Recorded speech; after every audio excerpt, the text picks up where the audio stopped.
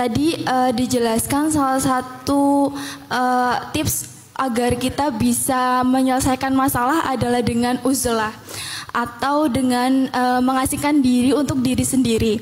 Nah, saya kan termasuk salah satu mahasiswa psikologi. Dari saya belajar di kampus itu tidak semua itu yang menyempatkan dirinya untuk diri sendiri itu bisa memanfaatkan gitu. Apalagi pada zaman sekarang itu banyak sekali orang-orang yang melakukan self harm, apalagi sampai bunuh diri. Nah, mereka kan mungkin kalau misalkan ditanya sama teman-temannya kayak mau kemana, mau waktu buat diri sendiri, ternyata mereka itu melakukan self harm atau bahkan sampai percobaan bunuh diri. Nah, bagaimana menurut Ustadz cara agar kita itu bisa benar-benar memanfaatkan waktu untuk ya kita itu menenangkan diri, mencari solusi atas permasalahan yang kita alami, bukan justru kita terpengaruh dari pikiran-pikiran negatif agar mengalihkan permasalahannya dengan self harm atau percobaan bunuh diri. Terima kasih Ustadz. Karena hari ini dakwah psikologi itu sangat penting ya, dengan banyaknya mental issue di antara anak muda. Sebetulnya materi ini bisa ditemukan di sharing time dengan tema Ya Allah Why Always Me, atau belajar tentang Gencanayo. Karena Gencanayo itu ngajarin kita tentang bagaimana belajar untuk merasa tidak apa-apa gitu, berdamai. Atau dalam tema Why Always Me atau takdir yang kemarin. Jadi dalam teori mental itu ada yang namanya the power of acceptance, kekuatan dari sebuah penerimaan. The power of acceptance ini, kekuatan dari sebuah penerimaan ini, kalau dalam Islam disebut dengan ridho.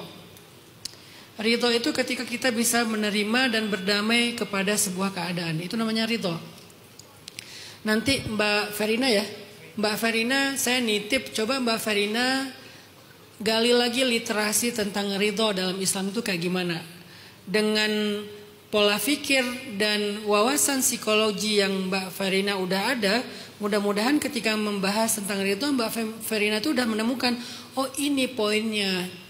Ternyata ridho itu kunci seseorang itu mampu menjalani me time dengan baik, tidak malah menyakiti diri sendiri. Bagaimana cara seseorang bisa berdamai dengan sebuah keadaan? Bagaimana seseorang bisa berkenan dengan sebuah fakta atau kenyataan buruk dalam hidupnya? Itu tuh dibangun dengan ridho. Dan ridho itu bukan tentang pola pikir. Ridho itu tentang apa yang kamu believe kepada Allah. Percaya enggak bahwa semua kejadian ini adalah kehendak Allah, takdir Allah, atau ketentuan Allah, dan Allah selalu punya alasan baik di balik setiap hal yang Dia tentukan dalam hidup manusia, sehingga akhirnya kita dengan belief yang kuat kepada Allah, kita ridho. Ya Allah, saya ridho kalau saya pernah gagal. Saya tahu pasti bersama kesulitan itu ada kemudahan. Saya ridho. Nah, itu dibangun tuh dalam Islam. Perasaan ridho. Saya kemarin cerita di sesi hari Sabtu. Dulu saya pernah merasa kayak sedih karena nggak dapat pekerjaan. Pulang dari Mesir, ngelamar kerja sebagai pengajar di sekolah-sekolah, ditolak semuanya. Tapi setelah saya renungkan kembali, saya sadar pasti ada alasan fa inna ma'al usri yusra. Walaupun saya waktu itu belum tahu apa jawabannya. Kenapa saya nggak bisa ngajar di lembaga-lembaga pendidikan? Terakhir kemudian baru saya tahu Allah lebih ngerti apa yang terbaik buat saya. Saya emang nggak maksimal kalau ngajar di lembaga pendidikan, jauh lebih maksimal kalau saya justru bikin lembaga pendidikan. Nggak akan maksimal kalau saya ngajar di sekolah, jauh lebih baik kalau saya bikin sekolah. Akhirnya saya bikin sekolah. Gara-gara ditolak ngajar, ujung-ujungnya saya bikin sekolah sendiri dengan kurikulum internasional. Saya belajar kurikulum Finlandia, Jepang, New Zealand. Beberapa negara itu saya pernah ke sana dan belajar sama mereka.